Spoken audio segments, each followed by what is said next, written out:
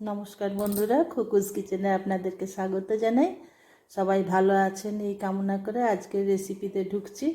আজকে যেটা করব, ঠিকই ধরেছেন বন্ধুরা, কলা দিয়ে একটা রেসিপি বানাবো। আজকে কলার মালপোয়া বানাবো। কলার মালপোয়া বানানোর জন্য আমার যেগুলো লাগছে, কলা তো লাগছে, চিনি লাগছে, নারকেল, আটা, দুধ, মৌরি, এলাচ, গোলমরিচ। এগুলো আমি একটুখানি কলা আর চিনিটা একটু মিক্সিতে চালিয়ে নিচ্ছি, আর এগুলো একটু হাফ গুঁড়ো করে আসছি। চলুন, এখানে 6টার মতো কাঁঠালি কলা আছে। আপনার যে কোনো পাকা কলা দিয়ে করতে পারেন, তার জন্য কোনো সমস্যা নেই। অনেক সময় ঘরে কলা একসঙ্গে সব পেকে যায়, আমরা সেটা নিয়ে একটু সমস্যায় পড়ি। আর এটা 100 গ্রামের মতন চিনি আছে, এটা আমি একটু চালিয়ে নিচ্ছি। চিনিটার কলাটা চালিয়ে নিয়েছি। আচ্ছা, এই মৌরি, গোলমরিচ আর এলাচটা একটু হাত ভাঙা করে রেডি করেছি। এটা আমি ঢেলে নিই। আটাটা 150 গ্রামের মতো আছে। আমি এই আটাটা এই কলা চিনির সঙ্গে মেশাচ্ছি। সবটা একসঙ্গে দেবো না, আস্তে আস্তে করে মিশাবো।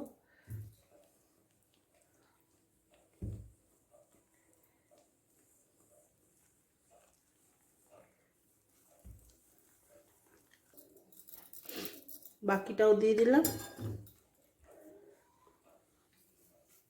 আচ্ছা, আমি দুধ অল্প অল্প করে দিচ্ছি, সব দুধটাও একসঙ্গে দেবো না।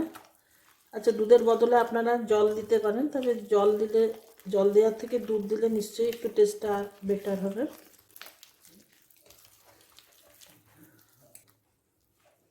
এসব ক্ষেত্রে হাতে করে না করলে ঠিক হয় না, ওই জন্য হাতে করে করতে হচ্ছে। আচ্ছা, আমি এটা 1 মালা নারকেল, পুরো নারকেলটাই করে নিয়েছি। নারকেলটা ছোটো সাইজের ছিল।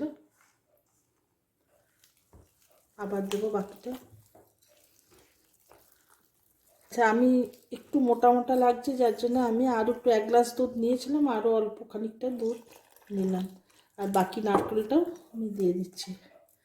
আচ্ছা বন্ধুরা, এবারে আমি একটা মৌরিটা দিচ্ছি 1 চামচের মতো, এলাচ গুঁড়ো এটা অল্প, গোলমরিচ দিচ্ছি অল্প। আপনারা ইচ্ছে করলে 1 চামচ পরিমাণ মতো নুন দিতে পারেন চিনিটার ব্যালেন্স আনার জন্য। আমি এখানে দিচ্ছি না, এটা আপনাদের নিজেদের পছন্দ মতো।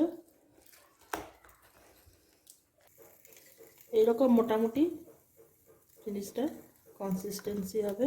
তেল গরম হয়ে গেছে, আমি আস্তে আস্তে দিচ্ছি। বন্ধুরা, একদম সত্যনারায়ণের সিন্নির মতন গন্ধটা এসছে।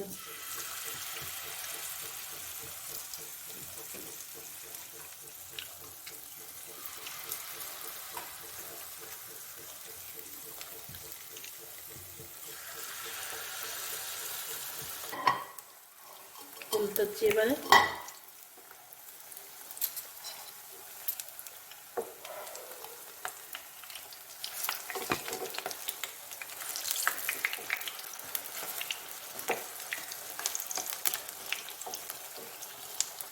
পিট করে আমি উল্টে মিডিয়াম আছে হবে।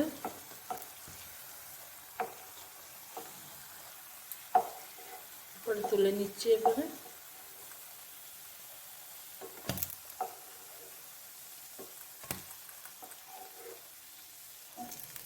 বাকিগুলো আরও করে নিই।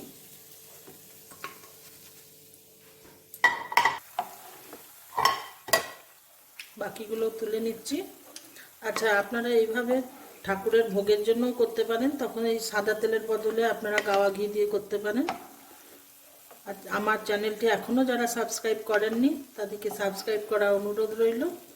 আর আপনাদের কেমন লাগছে সেটা কমেন্টে জানাবেন, লাইক শেয়ার করবেন। ধন্যবাদ বন্ধুরা।